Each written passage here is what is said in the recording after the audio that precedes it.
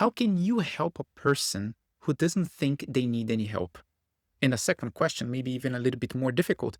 How do you think God tries to help a person who doesn't think they need any help either? Let me show you what I mean. The story is in Luke chapter 7. A Pharisee named Simon invites Jesus to a dinner. And on the surface, that sounds like an honor, a respected religious leader opening his home to Jesus.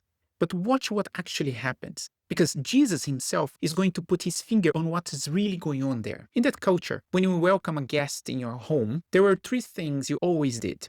You gave them water to wash their feet. After all, the roads were dusty and everyone wore sandals. You greeted them with a kiss and you put a little oil on their head. Basic hospitality, the bare minimum of honor. Simon does none of it. There's no water, no kiss, no oil.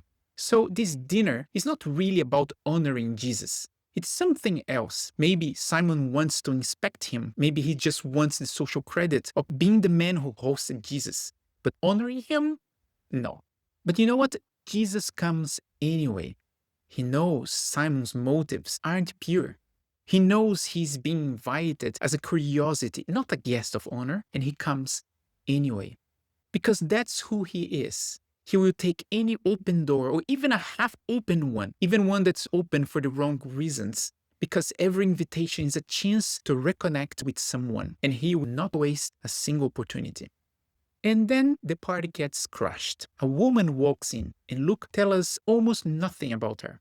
Now, over the centuries, people have worked very hard to fill in her story. Different traditions gave her a name, a past, a whole biography, sometimes a pretty lurid one. But Luke, the man writing this down, deliberately leaves her blank. He doesn't name her sin, he doesn't even name her. And maybe that's part of the point. Maybe she's left blank so that you can see yourself in her. What we do know is this: she was known. In a very small community, everyone knew exactly what kind of woman she was. And she walks uninvited into the house of a Pharisee, the single most judgmental room she could possibly have entered. And she heads straight for Jesus. You know this story. You know that she's going to wash Jesus' feet. But you know, when I was a kid, I always pictured this scene with Jesus sitting at a table and this woman somehow crawling underneath the table to reach for his feet.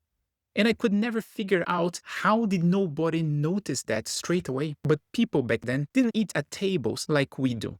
They reclined on the floor around a low spread of food, propped up on their left elbow, reaching for the food with the right hand. And their feet were stretched out behind them, away from the food. There's actually a reason it was always the right hand that reached for the food. The left hand was the one used to wash the body. So in that culture, the right hand was the one that you used to eat, and the food was shared. People at the table would reach for the food on the plates which were shared. Losing a hand, you would never be able to share a meal with anyone again, because nobody would want to share a plate with you if you're eating with the same hand you wash your body. But let's go back to this story. So she doesn't have to sneak under anything. His feet are right there, behind him, at the edge of the room. She just kneels down behind him, and she's brought something with her, a flask. It's carved from alabaster, a beautiful, almost translucent stone. And here's the thing about an alabaster flask. It has no cap, no lid.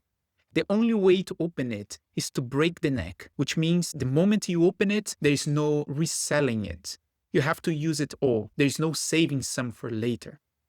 And inside this flask is a perfume made from a plant that grows in basically one place on Earth, the mountains of the Himalayas, 4,000 or 5,000 kilometers from that room. For this perfume to reach her, it had to travel the Silk Road for months, through deserts, past bandits, over mountains, changing hands the entire way. How much do you think this thing should cost? In another account of Jesus being anointed, a flask of this same perfume is valued at around 300 denarii. So a denarius was a single day's wage. 300 means 300 days of work. Almost a year of your life. A year of saving nearly everything you earned. And she breaks it open and pours the whole thing on his feet. I don't know exactly what was going through her mind, But I think we can guess based on her actions. Maybe she's saying, I don't want anything from my old life. I don't want the salary. I don't want the savings. I don't want the money that I made with that life. I want to be free of it. And you made that possible, Jesus. She's not here buying anything. She's letting go of her past at Jesus' feet. Now, here's where almost everyone reads this story backwards. Later in the scene, Jesus says to her, your sins are forgiven. And we naturally assume, oh, so that's the moment she gets forgiven and then she's grateful. But look at the order of this story. She's already weeping. She's already washed his feet. She has already poured out the perfume. All of it before Jesus even says a single word about forgiveness. Her actions are not how she earns forgiveness. Her actions are what forgiveness looks like when it has already landed inside the human heart. She didn't come to that room to be forgiven. She came because she already knew she was. So when Jesus says, your sins are forgiven, that sentence isn't really for her. She already knows it. It's for everybody else. And probably mainly for Simon. Because Simon has been watching this entire thing. And he's disgusted, not out loud, in his head, in his heart only. If this man were really a prophet, he would know the kind of woman this is who is touching him. He would know she's a sinner. In one quiet thought, Simon managed to judge two people at the same time. She judges the woman, she's beneath all of this, and he judges Jesus. If you were really who they say you were, you would be repulsed as I am. And here's the irony Simon can't see. Jesus knows exactly who she is, and he knows exactly who Simon is too. He can read the thoughts Simon never said out loud. But watch what Jesus does with that. Now is the time that he has Simon in his hands. Now is the perfect opportunity to expose someone who is destroying everything that he's building. He could expose Simon right there in front of all of his guests. He could say what Simon was thinking, revealing himself as God and humiliating Simon completely in front of everyone. But he doesn't. Instead, he tells a little story. Something that only Simon will fully understand. It's a parable. The parable of two debtors. Simon, Jesus says, two people owed money to a lender. One owed 50 denarii. The other owed 500. Neither of them could pay. Pay attention, neither of them could pay. So the lender forgave them both. Now, which one will love him more? And Simon, a little cautious, gives the obvious answer. I suppose the one who was forgiven more. And Jesus says, you have judged correctly. Now, don't miss how gentle this is. Jesus has just told Simon to his face that he understands the whole situation, and he's done it without ever naming Simon's sin out loud. He's handed Simon a mirror, but he's let Simon hold it to himself. Basically, Jesus is saying, it's your responsibility. And here's the part I really want you to see. Sometimes we assume the woman is the one who owed 500, the big sinner, the obvious mess. And in one sense, yes, but think about what the parable is actually measuring. Love is a thermometer. The amount of love a person pours out tells you how much forgiveness they have actually let inside. So look around the room. The woman is pouring out everything.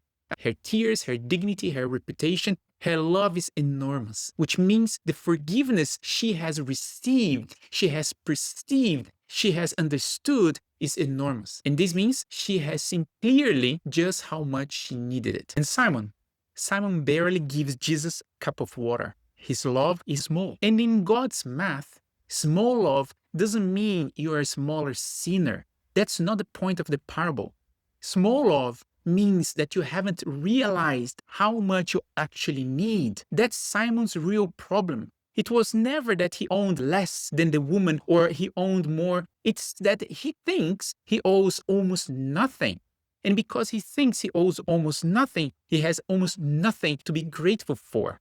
And so he stays locked inside himself, and the connection just can't happen. He has the biggest opportunity of his life and he's missing it. And underneath all of this is a picture of God. In God's economy, you do not work to repay your debt, to earn the connection. You don't pay it off in good behavior. It's given to you for free. Simon is still living in a mindset of earning, of debts, of merit, of keeping score. He thinks if he's just good enough, he can climb back to his rightful place. And the woman on the floor has stopped keeping score entirely. She just knows that she was drowning, and someone reached in and pulled her out and never asked her to pay for the rescue. One of them can see the size of the problem and the size of the gift. The other can't see either one. And that, not their sin, not their past, that is the real difference between the two people in that room. The parable that Jesus is telling has nothing to do with who is the worst sinner, but it's actually about who can realize, who can receive the forgiveness that comes for free. So, how does God try to help a person who doesn't think they need help without humiliating them? By handing them a mirror and giving them every chance to look. Jesus never forced Simon to see. He didn't expose him, he didn't shame him, he didn't even drag his sin into the open in front of everyone. He just told a quiet story and left Simon free to choose or not. And here's something I love about how Luke tells this story. We never quite find out what Simon chose. The story just ends with the question hanging in the air. It is a strange and uncomfortable truth that the hardest person for God to reach is often not the obvious sinner. It's the respectable one, the one who's sure they're fine, the one standing in the room quietly, judging every person around him with no idea that they are the one in deeper trouble. So maybe the real question this story leaves us with isn't who is the sinner here. Maybe it's which one am I right now? Am I the woman who knows exactly how much she's been given and can't help pouring out love because of it? Or am I Simon, technically in the room with Jesus, but keeping score? Sure, I've got very little to be forgiven for and missing the whole thing, unable to connect. If this video meant something to you, I would really love to hear it. Tell me in the comments, I read all of them. Also, I'm just starting this channel with the purpose of going deep into these Bible stories and try to extract the principle in them and bring it to our lives today. If you connect with this content, please subscribe. If there is someone in your life that you have quietly decided is beneath helping, maybe sit with that for this week, because the whole point of these stories is that God never decided that about you. Thanks for being here and see you next time.